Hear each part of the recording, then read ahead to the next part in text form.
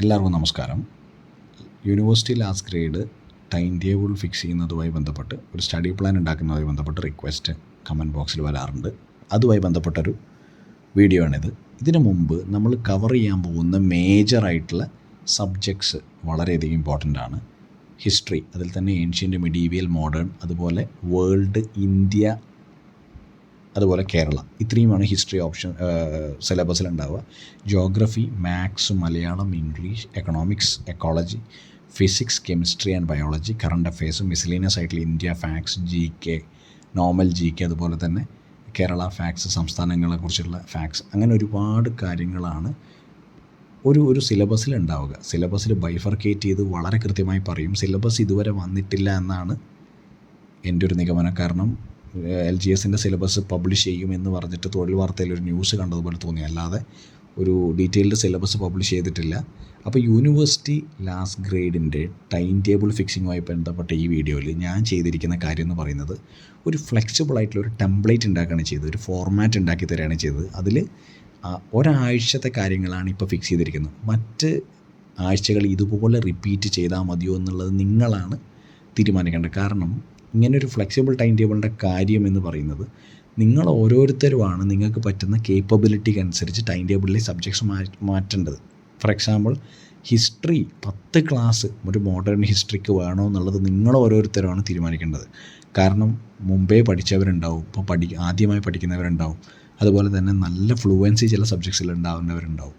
അപ്പോൾ ഈ time slot മാറ്റേണ്ടത് നിങ്ങളാണ്. അതിനനുസരിച്ച് പഠിച്ച് നിങ്ങൾക്ക് പറ്റാത്ത കാര്യങ്ങൾക്ക് കൂടുതൽ സമയം കൊടുക്കുകയും നിങ്ങൾക്ക് പറ്റുന്ന അല്ലെങ്കിൽ നിങ്ങൾക്ക് ഈസിയായി തോന്നുന്ന കാര്യങ്ങൾക്ക് കുറച്ച് സമയം മതി എങ്കിൽ അങ്ങനെ കൊടുത്തും റിവൈസ് ചെയ്തുമാണ് മുമ്പോട്ട് പോകേണ്ടത്. അപ്പോൾ വീക്ക് 1 എന്ന് പറഞ്ഞ് ഞാൻ ഈ നോട്ടിഫൈ ചെയ്യുന്ന 7 ദിവസം നിങ്ങൾക്ക് സബ്ജക്ട്സ് മാറ്റി മാറ്റി റിപ്പീറ്റ് ചെയ്യാവുന്നതാണ് എന്ന് വേണം നിങ്ങൾ മനസ്സിലാക്കാൻ. അപ്പോൾ ആദ്യം തിങ്കൾ മുതൽ തുടങ്ങുന്ന ആഴ്ചയിലെ ഏതൊക്കെ സെഗ്രിഗേഷനിലാണ് നമ്മളിത് കൊടുത്തിരിക്കുന്നത് നോക്കാം. ഒന്ന്, മേജറായിട്ടുള്ള സബ്ജക്റ്റ് 2.5 മണിക്കൂറാണ് മേജറായിട്ടുള്ള സബ്ജക്റ്റിൽ മിനിമം നമ്മൾ ഇൻവെസ്റ്റ് ചെയ്യേണ്ടതെന്നാണ് പറഞ്ഞിരിക്കുന്നത്. മേജർ സബ്ജക്റ്റ് രണ്ടാമത്തേതിനും 2.5 മണിക്കൂറാണ്. ഡെയിലി സബ്ജക്റ്റ് എന്ന് പറഞ്ഞ് എല്ലാ ദിവസവും അത് എന്ത് വ്യത്യാസം വന്നാലും ഒരു 3 സബ്ജക്റ്റ്, കണക്ക്, മലയാളം, ഇംഗ്ലീഷ് എന്ന 3 സബ്ജക്റ്റ് റിപ്പീറ്റഡായിട്ട് എല്ലാ ദിവസവും 2 മണിക്കൂർ നിങ്ങൾ ചൂസ് ചെയ്യുന്ന രീതിയിൽ സിലബസ് തീർക്കുന്ന പോലെ ചെയ്യേണ്ടതാണ്. 45 മിനിറ്റ് സെഷൻ. ഇതൊക്കെ കൂടാതെ 45 മിനിറ്റ് സെഷൻ എന്തിനു വേണം? കറണ്ട് അഫെയർസ് റിവൈസ് ചെയ്യാൻ വേണം. അപ്പോൾ ഇതാണ് ബേസിക് ഫോർമാറ്റ് ടൈം ടേബിളിൻ്റെ. അപ്പോൾ 2 മേജർ സബ്ജക്ട്സ് പഠിക്കുന്നത് മിനിമം 2.5 മണിക്കൂറായിരിക്കണം. ഡെയിലി സബ്ജക്റ്റ് കണക്ക്, മലയാളം, ഇംഗ്ലീഷ് എന്നത് റൊട്ടേഷൻ വൈസ് നിങ്ങൾ പഠിക്കുന്ന സമയത്ത് 2 മണിക്കൂറെങ്കിലും പഠിക്കണം.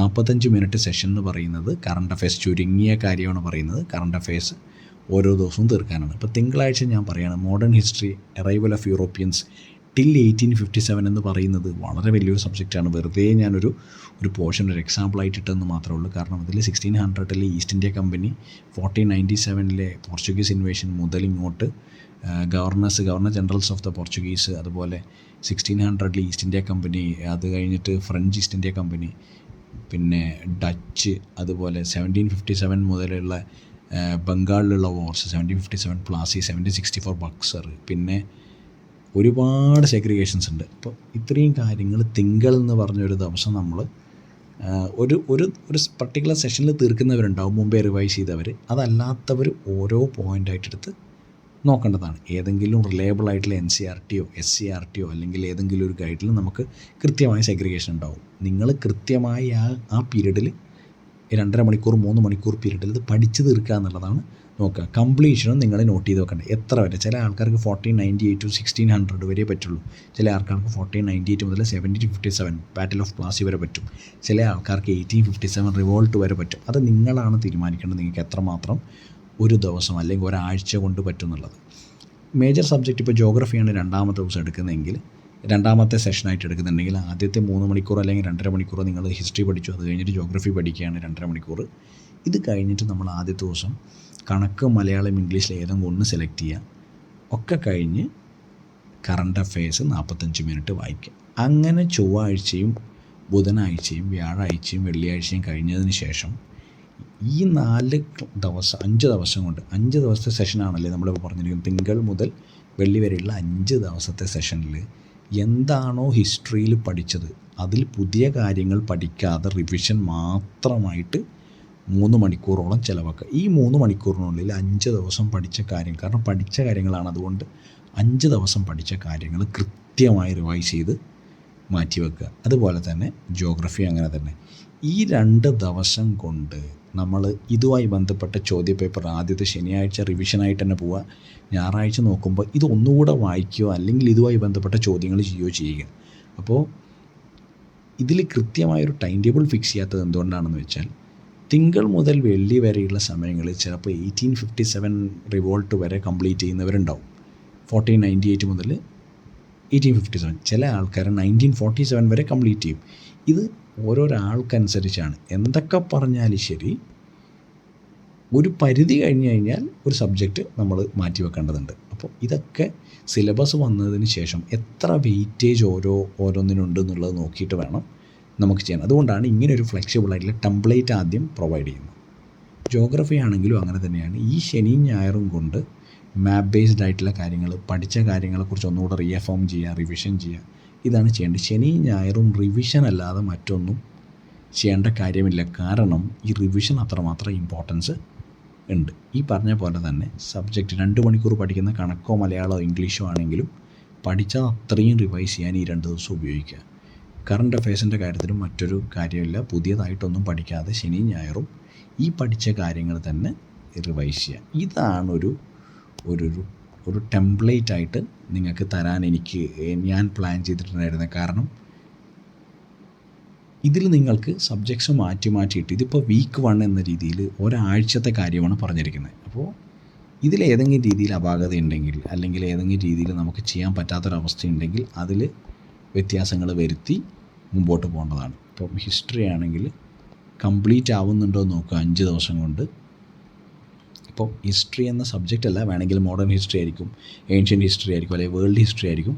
അങ്ങനെ നിങ്ങൾ തന്നെ ടൈം ടേബിൾ ഇട്ട് എത്ര ദിവസം ആവുന്നുണ്ടെന്ന് നോക്കുക. ഒരു മന്ത് കൊണ്ട് എത്ര കംപ്ലീറ്റ് ആവുന്നുണ്ട് എന്ന രീതിയിൽ നോക്കിയിട്ട് പ്രോപ്പർ റിവിഷനും കൂടി മുമ്പോട്ട് കൊണ്ടുപോവുകയാണെങ്കിൽ കാര്യങ്ങൾ തീരാവുന്നതേ ഉള്ളൂ. അങ്ങനെ 90 ദിവസത്തെ ഒരു ടൈം ടേബിൾ നിങ്ങൾ തന്നെ സബ്ജക്ട്സ് മാറ്റിയിട്ട്, സിലബസ് വരുമ്പോൾ കുറച്ചും കൂടി കൃത്യമായി മനസ്സിലാവും, മാറ്റിയിട്ട് കഴിഞ്ഞാൽ എന്തായാലും ഈ സബ്ജക്ട്സ് ഉറപ്പായിട്ടും പഠിക്കേണ്ടതുണ്ട്. പക്ഷേ ഏതൊക്കെ മൈന്യൂട്ട് ടോപ്പിക്കൽസ്, ബൈഫർക്കേഷൻസ് ആവശ്യമുണ്ടെന്നുള്ളത് സിലബസ് വന്നു കഴിഞ്ഞാലേ മനസ്സിലാവുള്ളൂ.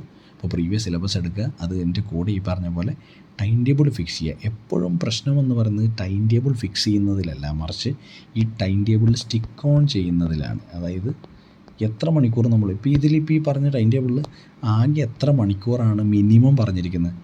2 മണിക്കൂർ 2.5 മണിക്കൂർ ഒരു മേജർ സബ്ജക്റ്റിന് ഡെയിലി നമ്മൾ പഠിക്കേണ്ട ഒരു സബ്ജക്റ്റ്.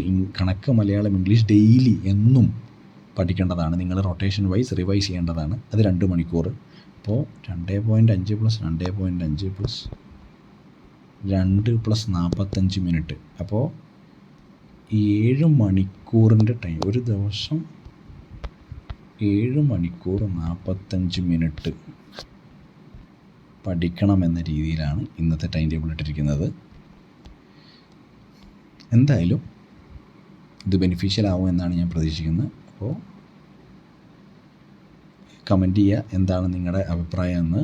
അതിനനുസരിച്ച് ഈ പറഞ്ഞ പോലെ നിങ്ങൾക്ക് ഓരോരാളെയും കസ്റ്റമൈസ് ചെയ്ത ടൈം ടേബിൾ ഉണ്ടാക്കണം.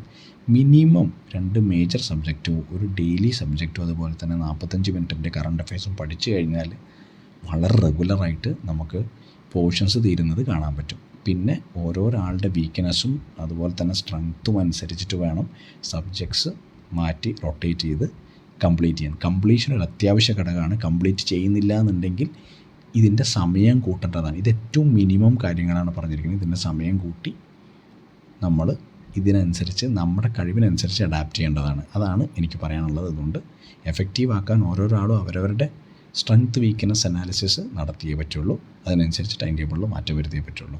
റിവിഷൻ മറക്കരുത്.